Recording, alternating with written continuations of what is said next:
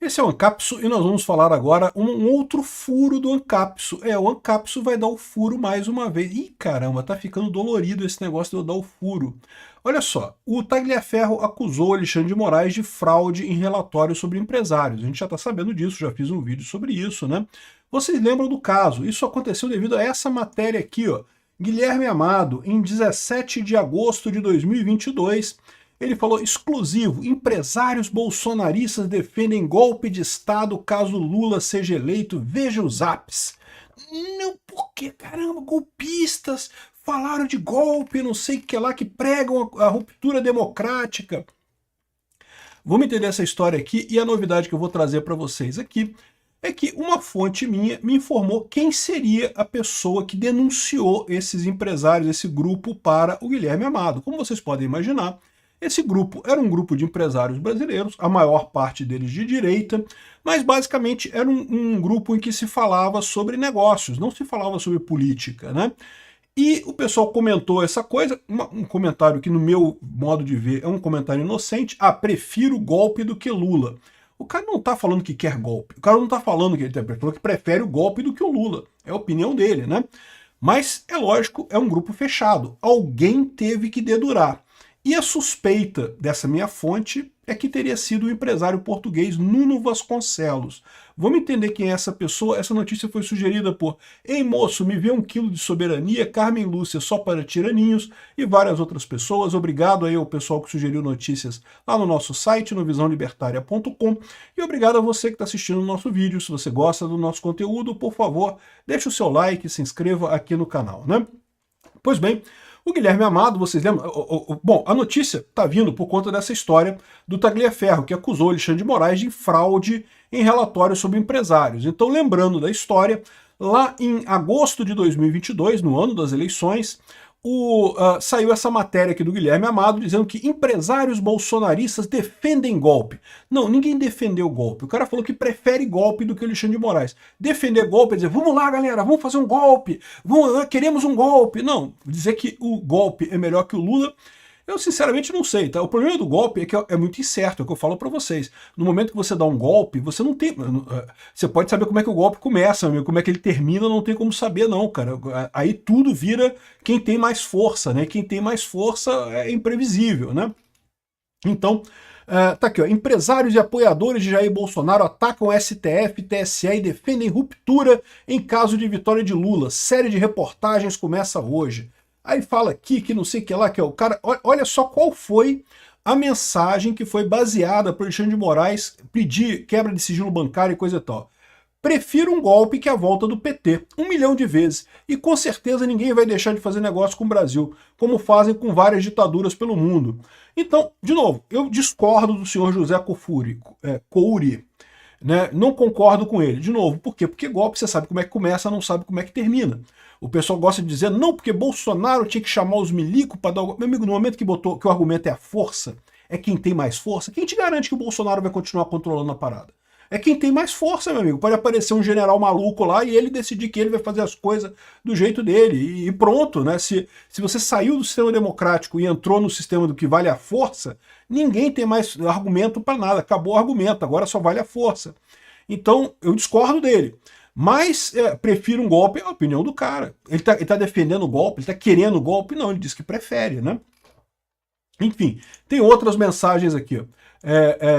Ó, golpe foi soltar o presidiário. Golpe é o Supremo agir fora da Constituição. O que, diga-se de passagem, eu concordo que é golpe mesmo, tá? Soltar o Lula foi um golpe claro, um golpe judiciário claro, e o Supremo agir fora da Constituição é claro também, né? Então, de novo, os dois casos aqui, o primeiro eu discordo, o segundo eu concordo. De qualquer forma, é a opinião das pessoas. Não tem nada de errado, não tem ninguém querendo golpe, né? Aqui, exatamente isso. 7 de setembro será programado para unir o povo e o exército ao mesmo tempo, deixar claro de que lado o exército está. O cara está querendo golpe aqui, eu discordo, mas, de novo, a opinião dele, né? Estávamos escrevendo ao mesmo tempo a mesma conclusão, sincronicidade. Entre aqui e o exterior, será encarregado como uma ameaça de golpe? Alguma dúvida, né? O golpe teria que ter acontecido nos primeiros dias do governo, em 2019, teria ganhado outros 10 anos a mais e coisa e tal. E, de novo, discordo de um monte de coisa, mas no final das contas é a opinião das pessoas. Quero ver se o STF tem, imagina que seja STF aqui, né? Tem coragem de fraudar as eleições após um desfile militar na Atlântica com tropas aplaudidas pelo público e não sei o que lá. E, de novo, o STF meio que fraudou as eleições. Fraudou as eleições no sentido de botar o dedão na balança lá, como eu já expliquei, né? O 7 de setembro está sendo programado para unir o povo e coisa e tal. Enfim, é isso daí. Essa é a conversa. O senhor Afrânio aqui concordou e coisa e tal, né? Agora, depois disso, o que disse o Alexandre de Moraes? O Alexandre de Moraes determinou busca e apreensão e não sei o que lá, e quebra de sigilo bancário desse pessoal, até porque o Alexandre de Moraes achava, ele acreditava na lorota da Patrícia Campos Melo, do Estadão, lá de 2018, que dizia que teve disparo em massa, que o Luciano Hang tinha bancado um disparo em massa contra o Haddad a favor do Bolsonaro. Por isso que o Bolsonaro ganhou, porque teve um disparo em massa a favor dele, que é uma besteira, não é? Ninguém vai votar por causa de disparo em massa, é uma besteira isso sem tamanho. Mas o Alexandre de Moraes está nessa turma, está imbuído no espírito de ser o cavaleiro branco que vai salvar a esquerda no Brasil, e daí resolveu quebrar o sigilo bancário do Luciano Hang. Não preciso dizer para vocês que não achou nada, né? Porque se tivesse achado, o Luciano Hang estava na cadeia, você concorda comigo? O Luciano Hang, ele tirou os direitos políticos do Luciano Hang, que nunca se candidatou a nada, fez um monte de ações aleatórias contra ele, o que é um absurdo, mas se tivesse achado de fato financiamento de disparos em massa e coisa e tal, teria sido outro patamar esse negócio, ninguém tem dúvida disso, né? Agora, o que a gente ficou sabendo é que ele determinou essas ações todas com base meramente nessa reportagem do Guilherme Amado, sem nenhuma evidência de mais nada, né? E aí, depois disso, ele pediu para o Eduardo Tagliaferro inventar um relatório, fazer um relatório lá dizendo o que foi que o pessoal fez, o que cada um fez e não sei o que lá, o que o pessoal fez nessa história toda. E aí o Eduardo Tagliaferro teria feito esse relatório com a data retroativa, né, adulterando a data do relatório, fraudando o processo, portanto, para dizer para o Alexandre de Moraes que ele teria mais motivos para fazer essa busca e apreensão, né? Então, um absurdo isso daqui, mas aí fica a dúvida, né? Quem é que foi que vazou esse negócio? Certamente foi um empresário. Esse grupo aqui tinha coisa de 200 empresários, segundo disse a minha fonte, e era um grupo de coisas sobre empresários, sobre política brasileira, mas assim, do ponto de vista empresarial. Discussão de políticas, discussão de leis e coisa e tal, faz sentido. O pessoal é empresário, né? Empresários acabam sendo afetados pelo governo e coisa e tal. Tem grupo de anarcocapitalista, tem grupo de direita, tem grupo de religião, tem grupo de empresário também, nada demais, né? E aí, o problema é que esse grupo de empresários não tinha só empresários de direita, ao contrário do que diz aqui o Guilherme Amado, que fala empresários bolsonaristas, que é um grupo de empresários bolsonaristas. Não, é verdade, tinha muitos empresários que apoiavam Bolsonaro, mas não era um grupo de empresários bolsonaristas, né? Era um grupo de empresários, ponto. E tinha cerca de 200 empresários, segundo me diz minha fonte, era um grupo de empresários, como diz minha fonte, e ninguém sabe, ninguém tem certeza quem que foi. Mas a suspeita de todo mundo lá no grupo, depois que o pessoal fez ali a avaliação de quem que teria, porque veja, a maior parte do pessoal ele é conhecido, gente que se conhece. 200 pessoas não é tanta gente assim, a maior parte do pessoal é tudo amigo, né, se conhece, coisa. Então não faria uma sacanagem desse tamanho de vazar uma conversa privada para a imprensa. A conclusão que eles chegaram, e essa é a opinião do pessoal do grupo, é que o senhor Nuno Vasconcelos é que teria sido o cara que vazou. E quem é o Nuno Vasconcelos? Nuno Vasconcelos é esse rapaz aqui, ó. Deixa eu mostrar para vocês. Esse rapaz aqui, um empresário português e brasileiro, ele tem dupla nacionalidade, ele é nascido em Portugal, mas tem nacionalidade brasileira também, tem várias empresas aqui no Brasil, ele foi dono do IG, da Portugal Telecom, teve parte da participação da Portugal Telecom, o cara é rico, tem dinheiro pra caramba. E estava nesse grupo de empresários. E eu não preciso explicar para vocês que ele é muito amigo do Lula. Ele é amigaço do Lula. É amigaço da esquerda, é amigaço do Zé Dirceu. Zé Dirceu é super amigo do Nuno Vasconcelos, né? E daí teria sido ele que estava nesse grupo também. E segundo a suspeita do resto do pessoal do grupo, seria a pessoa que vazou essas informações para o Guilherme Amado para publicação na coluna dele e que resultou toda essa confusão toda, né?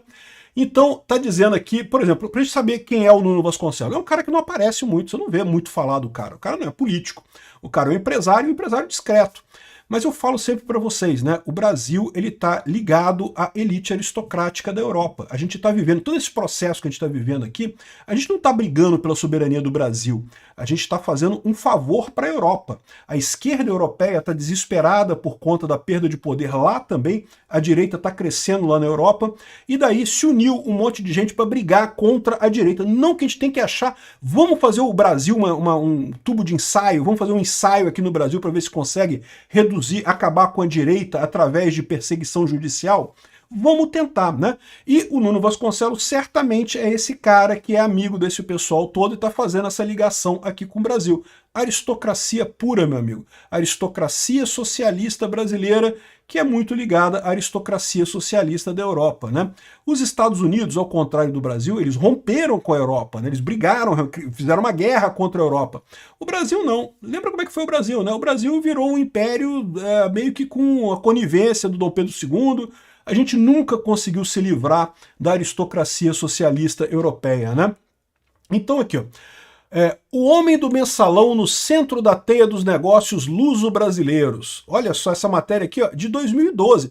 Como eu falei para vocês, isso não é novidade não, tá? Esse cara tá na política brasileira, tá metido aqui no Brasil há muito tempo. Isso aqui é governo Lula 1, olha o Lula novinho aqui, ó. Esse cara continua ativo, tá? Ele tá aqui no Brasil, tá fazendo... ele parece que escreve para uma revista portuguesa agora e coisa e tal. Aqui, ó. José Dirceu, o ex-ministro-chefe da Casa Civil de Lula da Silva, principal suspeito do mensalão, na sequência a qual se demitiu em 2005, está ligado a um grupo de sociedade de advocacia e consultoria que são usadas como uma ponte por grupos portugueses e internacionais que querem investir no Brasil. José Dirceu, que é colaborador da Ongoing e partido do escritório Lima, Serra, Fernandes e Advogados, chefiado pelo grão-mestre não sei que lá, não sei que lá, não sei que lá, por exemplo, está no epicentro das negociações que deram à Telefônica o controle da Vivo entre 2009 e 2010, que teve como contrapartida a entrada da Oi na Portugal Telecom, né? E quem estaria negociando essa coisa toda é justamente o tal do Nuno. O mesmo advogado deu como provável que tenha sido através de João Abrantes Serra, que é o presidente da Ongoing, Nuno Vasconcelos conheceu o fundador do PT, que é colaborador e prestador de serviço do grupo português no Brasil. Então, ou seja, o azar que o Luciano Hang e outras pessoas do grupo tiveram é que tinha um cara que não é apenas de esquerda. O cara ser um empresário brasileiro e ser de esquerda, menos mal, né? O cara pode ser meio esquerdoso, mas deixa pra lá, né? Não, o cara não é esquerdoso, o cara tá no esquema do PT, tá ligado ao PT. Até hoje ele tá ligado ao PT, né?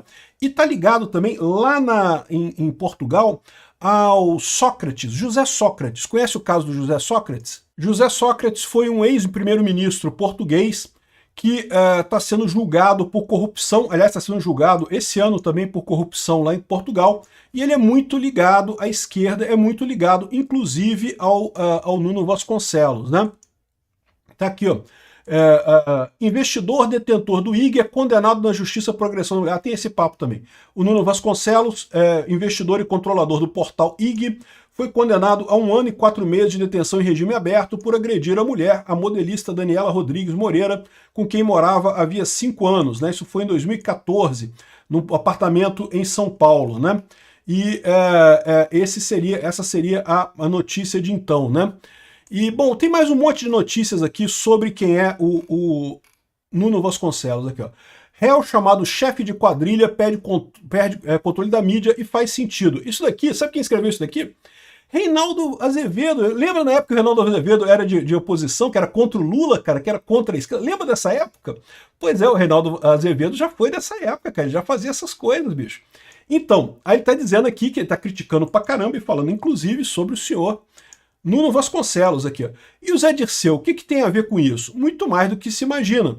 Ele é apontado no mercado como o homem no Brasil do grupo português Ongoing, que é do dono dos jornais Brasil Econômico, do qual o réu e chefe de quadrilha, segundo a PGR, é colunista. Também é dono do Dia, Meia Hora e Marca. Ele quer agora investir na televisão, a Rede TV, não sei o que lá, não sei o que lá. Mas a EGESA, Empresa Jornalista Econômica S.A., que edita esses jornais, tem seu capital em nome de Maria Alexandra de Almeida Vasconcelos, brasileira, mas casada com Nuno Vasconcelos, presidente da Ongoing, que detém os outros 29%.